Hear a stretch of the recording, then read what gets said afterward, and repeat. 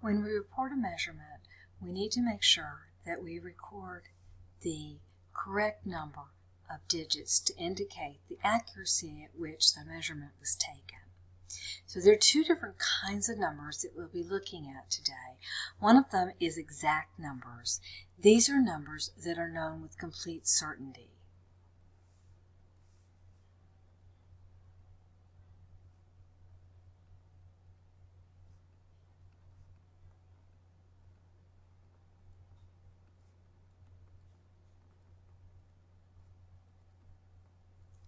Some of them are counted. If I count the sides of a square, I'll come up with the number 4, and we know that number is exactly 4.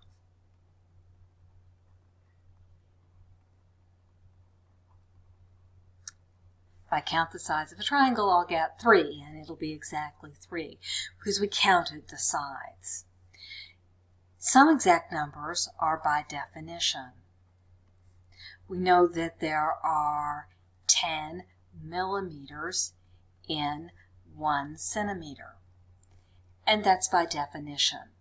And we know that there are exactly 10 millimeters, not 10.4 millimeters in a centimeter.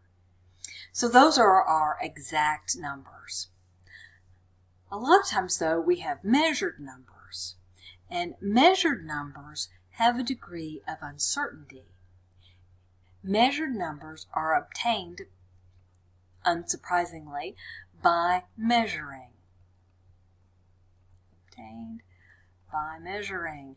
And these numbers, we usually use an instrument.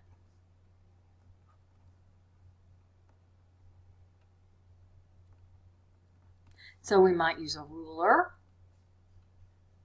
or we might use a scale to figure out the mass. These are instruments. And whenever we have a measured number, we have a degree of precision, and we want to record the digits that we could actually measure. There are rules to determine the number of digits that we should use, and these are significant figures. The rules aren't too hard. If a number is non-zero, it is significant. So these will all be significant. Okay? It's a non-zero number. So if we have 1, 4, 7, 8, 9, 14,789, that's 5 significant figures. So then we get into the zeros. Trapped zeros are significant. So if we have a number like 104, that gives us 3 significant figures. The 1 is significant, of course. The 0 is trapped, so it's significant, and the 4 is significant. Trailing zeros are also significant. These are zeros that are behind, but they're only significant if there's a decimal. There are 2 different ways we see this. If we have this number, it's 100, with a decimal behind it, that would give us 3 significant figures. These 2 zeros are trailing, but because we have a decimal, we will count them, and we'll end up with 3 significant figures. The other way we see this sometimes is 1.00 also has 3 significant figures. Too many dots there. We have 2 trailing zeros, but because we have a decimal, we count it. Okay, so the fourth one we want to talk about is when we have something written in scientific notation. The coefficient will be written inside, is always considered to be significant. So the coefficient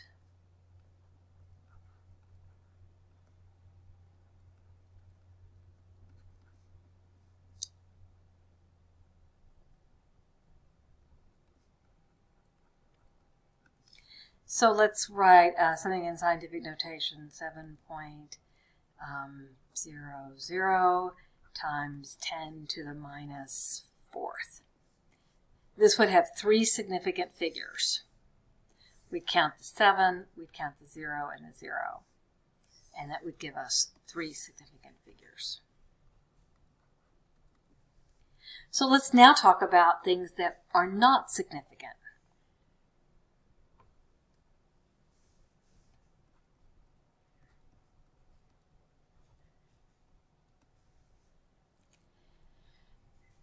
Leading zeros only tell us where the decimal is supposed to be. They are not significant. So if I have a number 0.00124, these are leading zeros and they're not significant. We're only going to have 3 significant figures here. The 1, the 2, and the 4. So the zeros in front we don't want to count. And then trailing zeros without a decimal are not significant. So if we have the number 100 with no decimals, that only has 1 significant figure. Only the 1 is considered significant. The 2 zeros are insignificant. Okay, so let's look at some examples.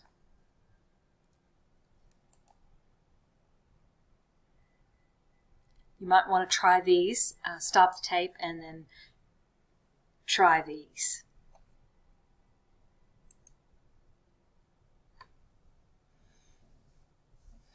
Okay, so this first one has 4 numbers. There are no zeros, so there are 4 significant figures. Here we have a trailing 0, but we have a decimal, so we're going to count this as 4 significant figures. Here we have leading zeros. We don't count leading zeros, so this one has 2 significant figures. Here we have trailing zeros, but there's a decimal. So we're going to count those zeros and we'll count the 1 as well. So that'll give us 4 significant figures. Here we have scientific notation. We're going to count all 3 of those numbers and we'll have 3 significant figures. We'll count the 5, the 9, and the 5. Here we have trailing zeros, but no decimal. So we only have 1 significant figure.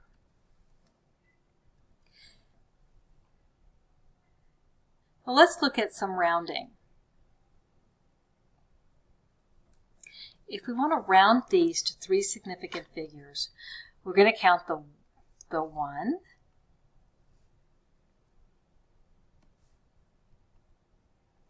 that's the number. That doesn't have anything to do with the problem. We count the 1, the 8, and the 5. We'll lop off the 4, and we'll end up with 1.85. Here we'll keep the 4, the 7, and we want to keep the 3 position. When we lop off the 8, this 3 is going to become a 4.